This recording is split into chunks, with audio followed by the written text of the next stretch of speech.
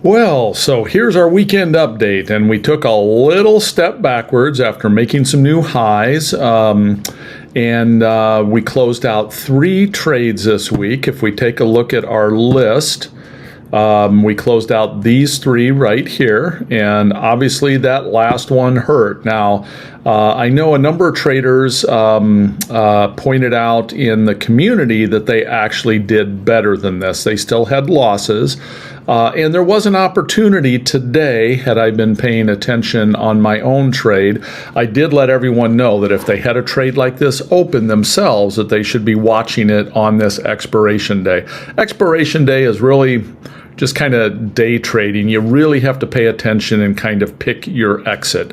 And I did not do that well. I was out and about doing what I normally do, go out on a walk, things like that. I'm not glued to my computer, and I did have an opportunity to close this thing for a scratch or even a slight amount of profit earlier in the day, but I wasn't there, wasn't paying attention. So hopefully other people were if they had a trade like this on. Again, that's the challenge with trading these into expiration day. I will have a summary in the trade circle, those of you that are members of the trading community.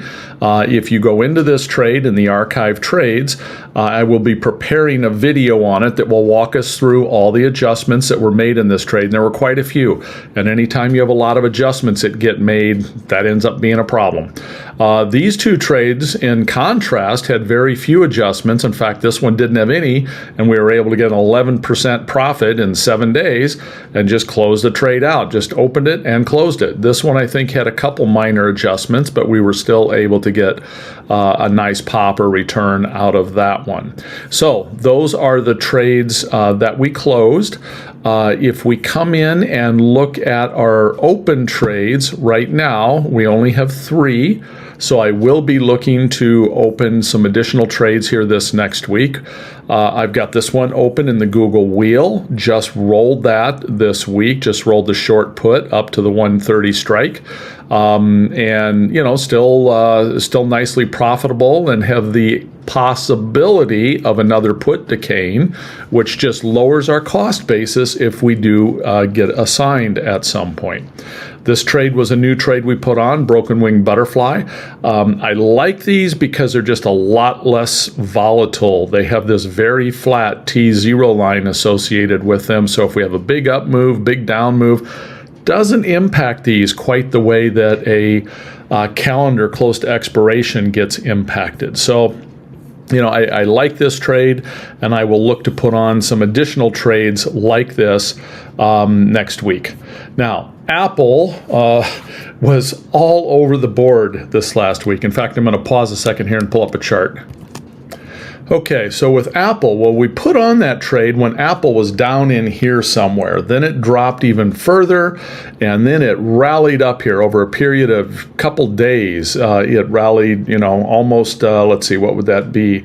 About, I don't know, 10, 12%, 15% in 3 days.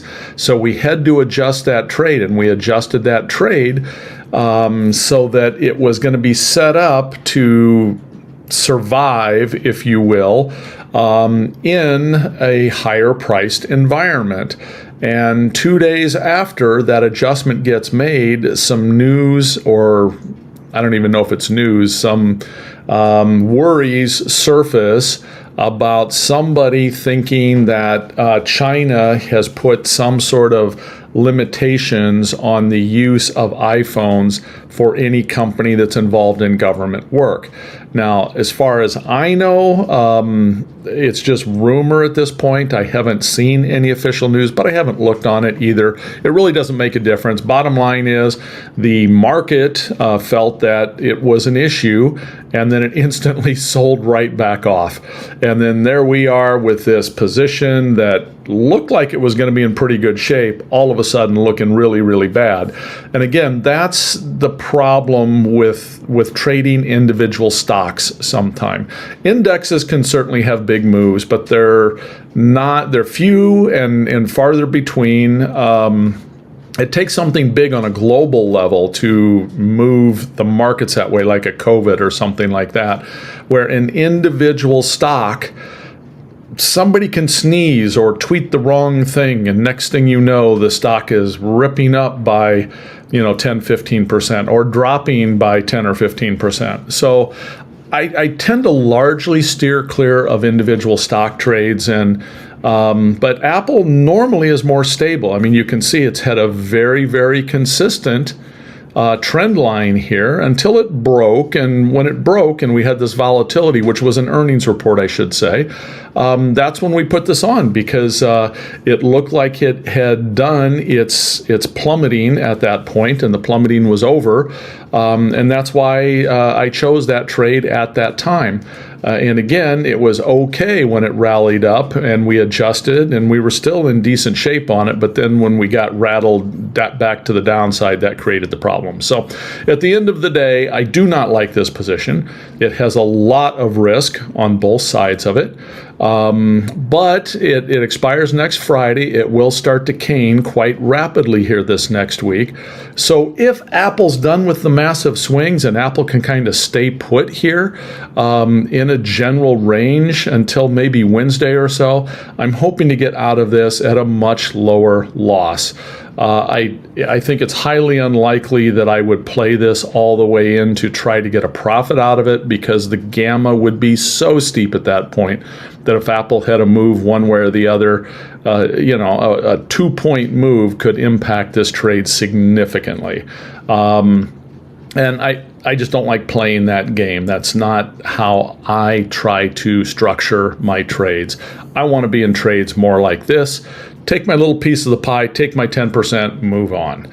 So again, don't like this one, and I spelled out the pros and cons of this to traders in the trading circle, and so that each person can make their own decision as what to do with it, how to do with it.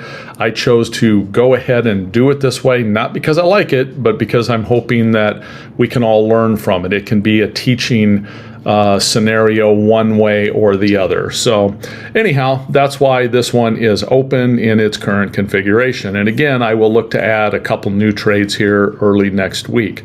So let's go back and take a look at the SPX and just kind of look at what we might expect out of the week to come next week. So as you recall, last week I had mentioned that we were right up here. I think that was that's Wednesday. So we're right here last Friday. And my expectation was that we probably weren't going to go much higher. I was expecting that we were going to be in the 45.50 range. And if we sold off, we would probably come down here to this 44.50 to 44.30 range.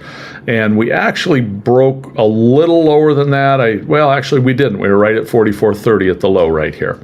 And my expectations are somewhat similar this coming week. I'm thinking on the high side, maybe 4,500 to 45.50. To the low side, it's not out of the question that we could break down here into the 43.70, maybe even as low as 43.50.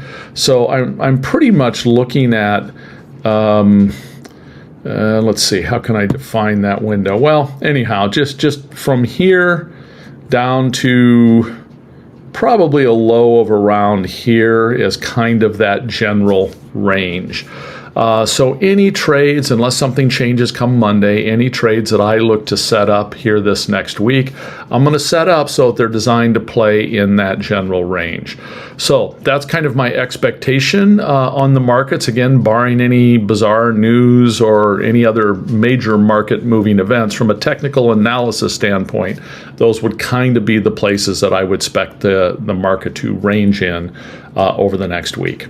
So that is it for the weekend update here on Friday, September 8th. And again, a little bit of a pullback in the equity curve, but we're learning from it and building out some new trades here this next week that I think will be more in the butterfly flavor, just because they tend to be a little less volatile. So everyone, have a great weekend. Take care.